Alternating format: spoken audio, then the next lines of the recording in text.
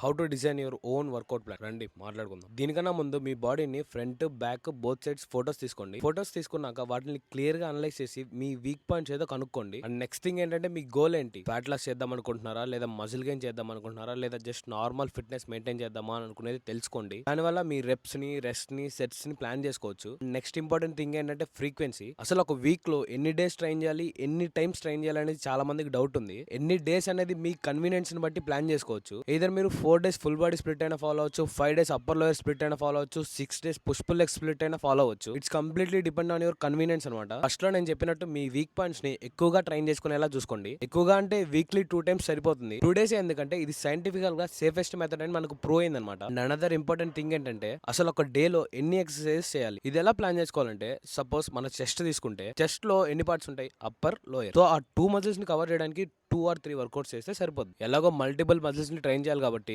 Scientific గా మీ muscles ని separate చేసుకొని ఏ మజిల్ కి ఏ వర్కౌట్ చేయాలనేది క్లియర్ గా ప్లాన్ చేసుకోండి. ఏదో అందరూ చేసేలా ఒకే మజిల్ కి 4 వేరియేషన్లు 5 వేరియేషన్లు చేసుకుంటా ఉన్నామంటే నీ టైం మొత్తం వేస్ట్ అయిపోద్ది. కాబట్టి వీక్ కి 2 times మీ మజిల్స్ అన్నిటిని ట్రైన్ చేసుకునేలా ప్లాన్ చేసుకోండి. మీరు అడగొచ్చు ఏది బెస్ట్ వర్కౌట్ స్ప్లిట్ అని. ఇది అసలు నేను కాదు కదా, ఎవ్వరు చెప్పలేరు. ఎందుకంటే వర్కౌట్ స్ప్లిట్ అనేది పర్సన్ టు పర్సన్ డిఫరెంట్ గా ఉంటుంది. నాకు సెట్ అయింది నీకు సెట్ అవ్వదు, నీకు సెట్ అయింది నాకు సెట్ అవ్వదు. సో వర్కౌట్ స్ప్లిట్ అనేది కంప్లీట్ గా నీ మీదే డిపెండ్ అయి ఉంటుంది. వర్కౌట్ ప్లాన్ గురించి ఇంకా ఏమైనా డౌట్స్ ఉంటే కమెంట్స్ లో చెప్పండి. నెక్స్ట్ వీడియోలో మనం డైట్ ప్లాన్ ఎలా డిజైన్ చేసుకోవాలో నేర్చుకుందాం. ఇన్ఫర్మేషన్ మీకు యూస్ఫుల్ అనిపిస్తేనే ఫాలో చేసుకోండి. నెక్స్ట్ ఎపిసోడ్ లో కలుద్దాం.